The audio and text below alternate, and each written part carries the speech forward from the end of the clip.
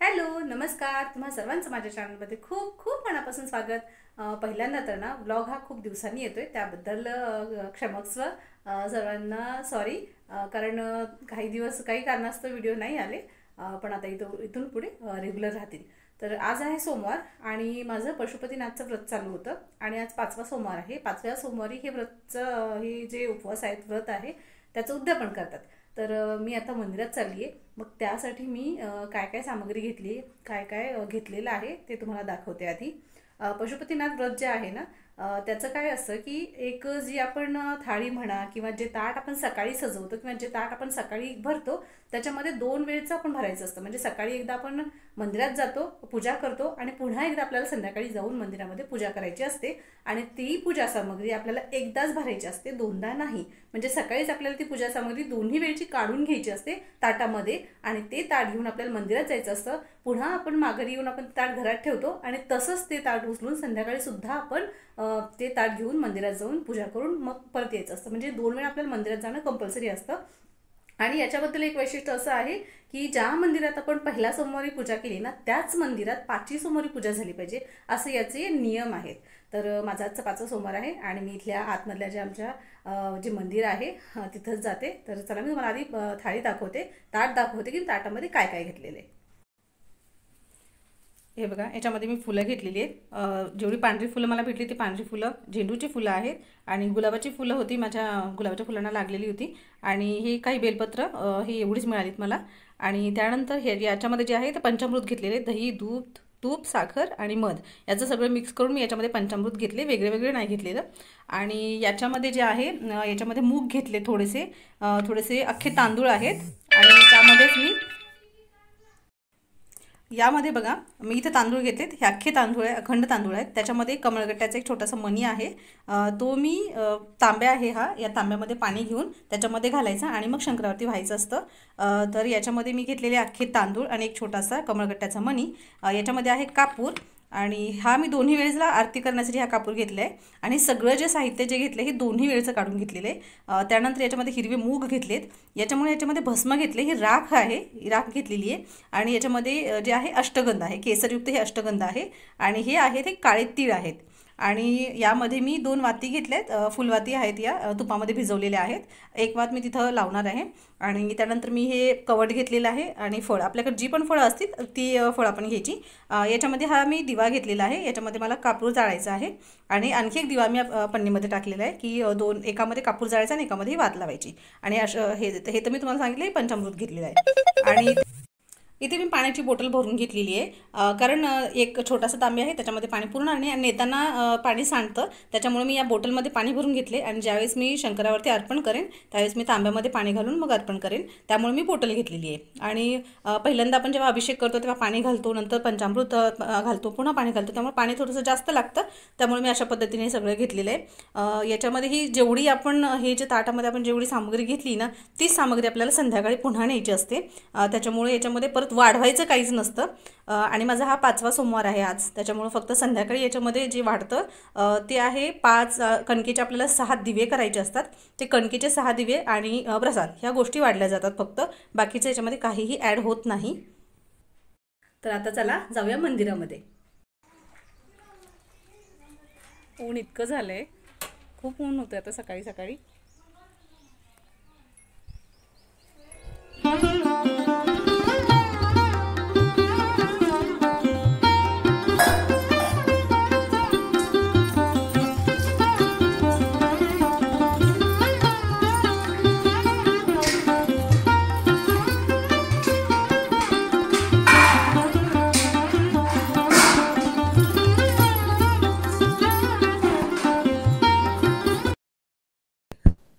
मंदिरामध्ये आल्यानंतर आधी पाण्याने अभिषेक घालून घ्यायचा पूर्ण पिंडीवरती. आपण जसं अभिषेक नॉर्मल घालतो तसं आधी स्वच्छ पिंड करायची पाण्याने, त्याच्याने पंचामृताने अभिषेक घालून घ्यायचा.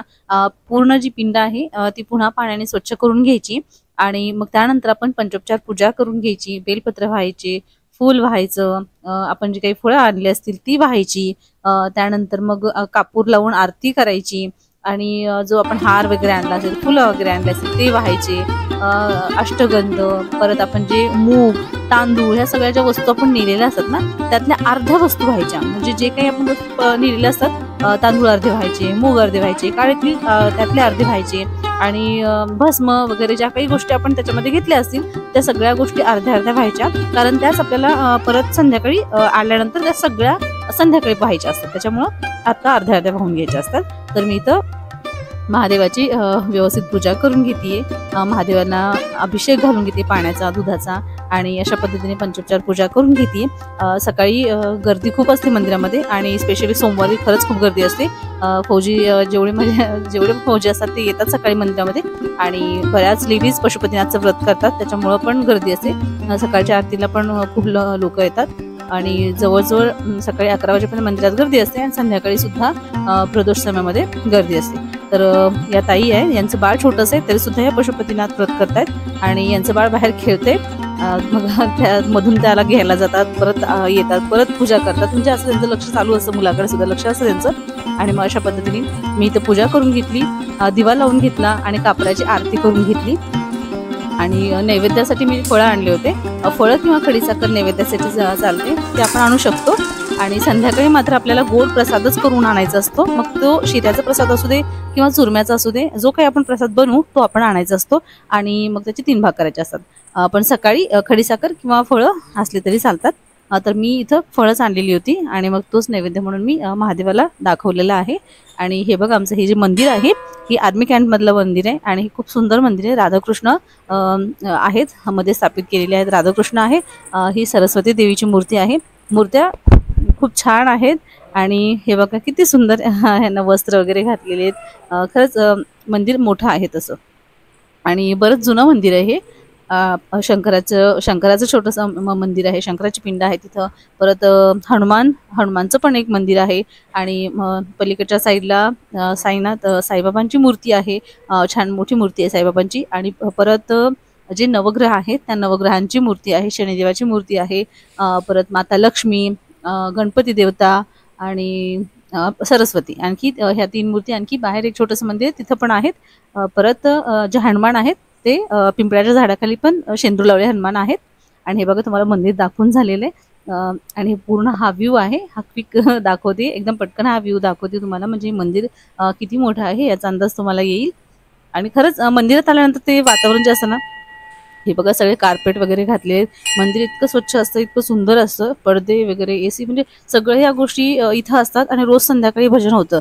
असं नाही की फक्त सोमवारी होतं, रोज संध्याकाळी इथं महिला आहेत तेवढ्या सगळ्या माझ्या मैत्रिणी ज्या आर्मी कॅम्पमध्ये राहतात त्या येतात आणि भजन करतात. आणि शक्यतो ना ह्या उत्तर साईडच्या ज्या आहेत ना, UP साईडच्या, त्या करतात. MPच्या, UPच्या ह्या खूप छान भजन म्हणतात रोज संध्याकाळी. आणि त्या माझी पूजा झाली आहे, सगळ्या देवांना नमस्कार करून झालाय, आणि मी आता चालली घरी, कारण मला परत संध्याकाळी माघारी यायचे. घरी गेल्यानंतर आता घरातली कामं जी राहिलेत ती करून घ्यायचीत, आणि परत संध्याकाळी प्रदोष समयामध्ये, प्रदोष काळात मला यायचं आहे मंदिरामध्ये. आणि अशा पद्धतीने ही जी सकाळची पूजा आहे ही संपन्न झाली. इथे मी कणकेचे 6 दिवे करून घेतलेत, आणि शेराचा प्रसाद करून घेतले, आणि आता मला मंदिरात जायचंय. आता मी मंदिरात आली. मंदिरात आल्यानंतर जशी मी सकाळी पूजा केली होती पंचोपचार तशीच केली. पहिल्यांदा पाण्याचा अभिषेक, परत पंचामृताचा अभिषेक. कोणी कोणी संध्याकाळी अभिषेक पण करत नाही, फक्त पाण्याचा अभिषेक करतात. पण मी म्हटलं नाही, आज उद्या पण करायचंय, तर मग पंचामृताचा अभिषेक करायचा.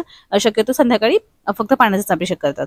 मग मी सगळं घेऊन आले होते, आणि त्याच्यातून मग हे अभिषेक केल्यानंतर जे पण साहित्य मी सकाळी आणलं होतं, जसं मूग होते ते मूग, तांदूळ, काळे तीळ, हे सगळं, अष्टगंध वगैरे, हे सगळं मी परत त्यातलं काहीही शिल्लक ठेवलेलं नाही. ते सगळं मग महादेवावरती अर्पित केलं. त्यातलं परत घरी घेऊन जायचं नसतं, म्हणजे ते सगळं दुसऱ्या वेळेस, म्हणजे संध्याकाळच्या वेळेस हे सगळं अर्पण करायचं असतं.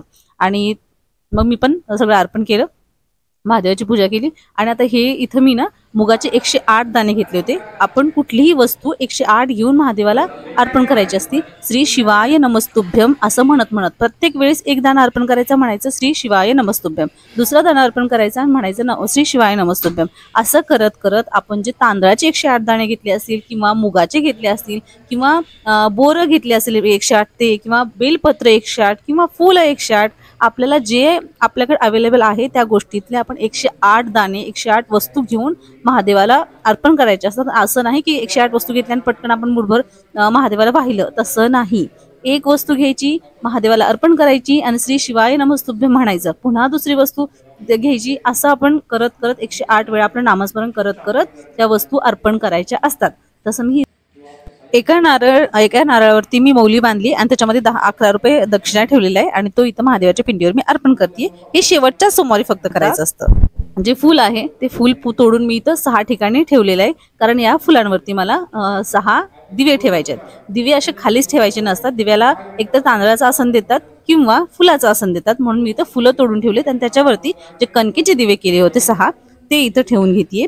आणि कणकेचे दिवे ठेवून घेतल्यानंतर जो नैवेद्य मी बनवून आणलेला आहे तो इथं नैवेद्य पण मी ठेवून घेतलेला आहे। 2 प्लेट घेतल्यात मी, पेपर प्लेट्स आहेत या 2 पेपर प्लेट्स आणि मी आणलेला तो डबा, असं करून हे 3 समान भाग केले। जो शिरा मी बनवून आणलेला आहे, जो प्रसाद आपण बनवून आणतो ना, त्याच्यातले 3 समान भाग आपल्याला करायचे असतात आणि त्यातले 2 भाग आपल्याला मंदिरात ठेवायचे असतात आणि त्यातला 1 भाग आपण उचलून घरी घेऊन जात असतो। आणि आपण इथं दिवे ठेवताना 6 दिवे ठेवायचे, पण त्यातले 5च दिवे प्रज्वलित करायचे असतात, 6 दिवे प्रज्वलित करत नाहीत, कारण 6वा दिवा घरी जाताना विसतो, त्याच्यामुळे 6 दिवे प्रज्वलित करत नाहीत। 6वा दिवा आपल्याला घरी जाऊन घरात घुसताना आपल्या उजव्या हाताला तो दिवा प्रज्वलित करायचा असतो, आपल्या उजव्या हाताला, बरं, डाव्या नाही। आपण घरात घुसतो त्यावेळेस आपल्या घरात जाण्याच्या उजव्या हाताला तो दिवा प्रज्वलित करायचा असतो, त्यामुळे 1 दिवा आपण प्रज्वलित करायचा नाही, तो 6वा दिवा आपण घरी जाऊन त्या घराच्या उंबऱ्याच्या साईडला ठेवायचा असतो, आपल्या उजव्या हाताला तो प्रज्वलित करायचा असतो। त्यामुळे 5 दिवे मी इथे लावून घेतले आणि हे बघा मी इथं जो प्रसाद आणलेला होता करून त्याचे 3 भाग केले। तुम्हाला तिसरी प्लेट दिसत नसेल, कारण तिसरं जे आहे ते मी 2च प्लेट आणल्या, म्हणजे मला असं वाटलं की मी 3 प्लेटा घेतल्यात त्याच्यात, पण त्या 2च आल्या। मग मी तो डब्यामध्ये तसा तो तिसरा 3 भाग करून ते डब्यामध्ये ठेवला आणि त्याच्यासोबत त्याच्याभोवती पाणी फिरवून घेतलं आणि महादेवाला तो नैवेद्य दाखवला। जर आपल्याकडे बेलपत्र असेल ना, तर बेलपत्र ह्या ज्या आपण नैवेद्य दाखवलाय त्या 3ही भागांवरती नैवेद्य बेलपत्र अर्पण करायचं। जसं आपण तुळशीपत्र ठेवतो की विष्णूला वगैरे नैवेद्य दाखवताना कुठल्याही देवाला, तसं याच्यावरती बेलपत्र ठेवायचं असतं आणि महादेवाला नैवेद्य दाखवायचं असतं। पण असं झालं की सकाळी मी सगळे बेलपत्र वाहिले आणि आता जे माझ्याकडे होते ते असे खंडित झालेले, तुटलेले, त्याच्यामुळे मी घेतले नाही, वाहिलेच नाहीत। आणि अशा पद्धतीने माझी पूजा होत आली आणि कर्पूर आरतीसाठी कर्पूर आरती करून घेतली मी कापूर जाळून, आणि कर्पूर आरती झाल्यानंतर तो 1 जो दिवा आहे तो मी ताटामध्ये घेतला आणि आता मी घरी चालली आहे।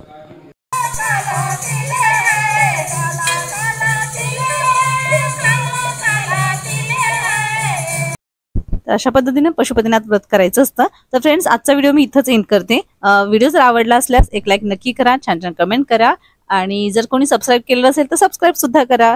तर बघा मंदिर किती छान दिसतंय ना।